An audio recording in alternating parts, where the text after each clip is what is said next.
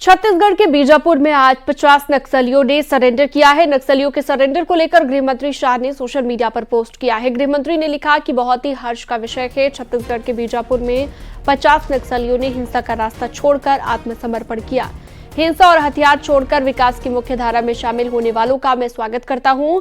मोदी जी की नीति स्पष्ट है कि जो भी नक्सली हथियार छोड़कर विकास का मार्ग अपनाएंगे, उनका पुनर्वास कर उन्हें मुख्य धारा से जोड़ा जाएगा। बाकी लोगों से भी मैं फिर से अपील करता हूं कि वे हथियार त्याग कर मुख्य धारा में आ जाएं। और 31 मार्च 2026 के बाद देश में नक्सलवाद केवल इतिहास बनकर रह जाएगा, ये हमारा संकल्प है।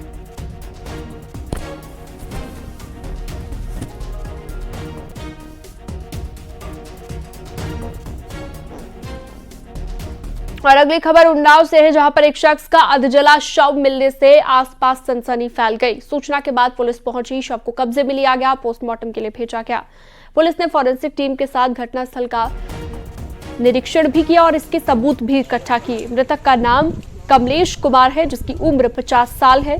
कमलेश कल शाम से ही लापता था। फतेहपुर 84 थाना क्षेत्र की ये घटना बताई गई। थाना फतेहपुर 84 पुलिस को एक सूचना दी गई कि ग्राम नरीगाढ़ा में एक डेड बॉडी गांव से बाहर तालाब के किनारे बबूल के पेड़ के नीचे पड़ी हुई है, जो जली हुई है।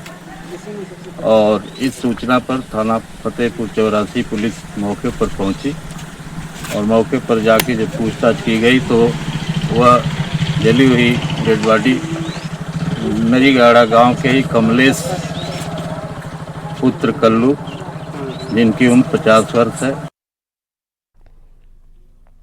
सड़क और छत पर नमाज पढ़ने के लिए प्रतिबंध को लेकर मुस्लिम लीग के संयुक्त सचिव मौलाना कौसर हयात खान का रिएक्शन सामने आया है। मौलाना कौसर ने सरकार पर मुसलमानों को परेशान करने का आरोप लगाया है।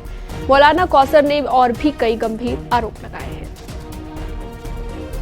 15 मिनट नमाज के लिए देने को तैयार नहीं। हमें 15 मिनट की नमाज होती है, आधा घंटे की नमाज होती है, इससे ज्यादा नहीं होती। आप उस 15 मिनट, तो इसका मतलब यह है कि आप मुसलमानों के खिलाफ एक गंदी मानसिकता से ग्रस्त हैं और वो मुसलमानों के खिलाफ आपको कोई ना कोई बहाना चाहिए। एक मुस्तकिल तौर पर अपने एक लंबा अभियान छेड़ रखा है मुसलमानों के खिलाफ, कभी नमाज को लेकर, कभी मस्जिद को लेकर, कभी मंदिर को लेकर, कभी क्या नाम वक्फ बोर्ड को लेकर, कभी किसी और चीज को लेकर। ये लगातार एक चीज चल रही है, औरंगजेब को लेकर और आपके क्या नाम बाबर को लेकर। ये सारी चीजें जो हैं, आपका ये एजेंडा, सिर्फ एक एजेंडा है इसके पीछे कि मुसलमानों को परेशान किया जाए।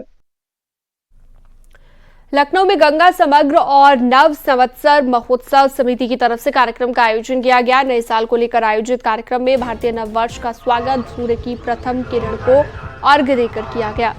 सुबह 5 बजे दीप जलाकर डॉक्टर राजीव लोचन, संदीप बंसल, विजय कुमार दीक्षित, अनुराग पांडे ने कार्यक्रम की शुरुआत की है। हजारों लोग मां गोमती की कुड़िया घाट पर सूर्य को अर्घ्य देने के लिए कार्यक्रम में शामिल हुए। उसके बाद सरस्वती वंदना की गई। यह दिन हमें वैज्ञानिक दृष्टिकोण अपनाने का और भारतीय काल गणना को समझने का अवसर भी देता है। आज विश्व में सभी संस्कृतियां अपने को बचाने के लिए संघर्ष कर रही हैं, तो यह आवश्यक हो जाता है कि हम अपने नववर्ष को हृदय से अपनाएं। यह केवल तिथियों को बदलने का समय नहीं है, बल्कि यह नव चेतना और नव संकल्प का भी दिन है। पिछले 10 सालों में इंडियन आइसक्रीम के मार्केट में 4 गुना की वृद्धि देखने को मिली है। बताया जा रहा है कि आने वाले 3 सालों में भारत में 45,000 करोड़ रुपए तक पहुंचने की उम्मीद है। इंडस्ट्रियल यूनिट ने ये संभावना जताई है। इंडियन आइसक्रीम मैन्युफैक्चरिंग एसोसिएशन के आंकड़ों के अनुसार आइसक्रीम मार्केट मौसमी प्रकृति होने के बाद भी लोगों की खर्च योग्य इनकम में बढ़त, उपभोक्ता पसंद में बदलाव और डिस्ट्रीब्यूशन चैनलों के विस्तार के कारण आइसक्रीम के मार्केट में भारी बढ़त देखी जा रही है। विभाग के मंत्री एसपी सिंह बघेल ने दरअसल इसे लेकर व्यापक तरीके से कामयाब होने की बात कही है और इसका काम आगे और बढ़ेगा, इकोनॉमी भी बूस्ट होगी। मैं कहूँगा कि आपकी इंडस्ट्री का भविष्य इसलिए अच्छा है कि जब से नरेंद्र मोदी जी प्रधानमंत्री बने हैं दूध का उत्पादन लगभग दुगना हो गया है और हम लोग 3000 लीटर प्रति एनिमल प्रति ईयर का लक्ष्य रखा है। एफएमडी मुक्त Bharat, foot and mouth disease Bharat का प्रधानमंत्री जी ने लक्ष्य रखा है और हम इस समय दूध में विश्व में नंबर 1 पर हम लोग हैं। तो उसका आइसक्रीम से बड़ा संबंध है। मैंने थोड़ा सा ये कहा कि अप्रोचेबल रहे लोगों की, तो वो एक रेंज भी रहना चाहिए। हमेशा हमें 80 करोड़ 5 किलो गेहूँ चावल लेने वाले, प्रधानमंत्री आवास लेने वाले, आयुष्मान कार्ड लेने वाले, विधवा विकलांग वृद्धावस्था पेंशन वाले लोगों को भी याद रखना चाहिए, क्योंकि स्वाद की कलिकाएं जो जीभ में है ना, वो अमीर से लेकर गरीब तक होती है। वो भी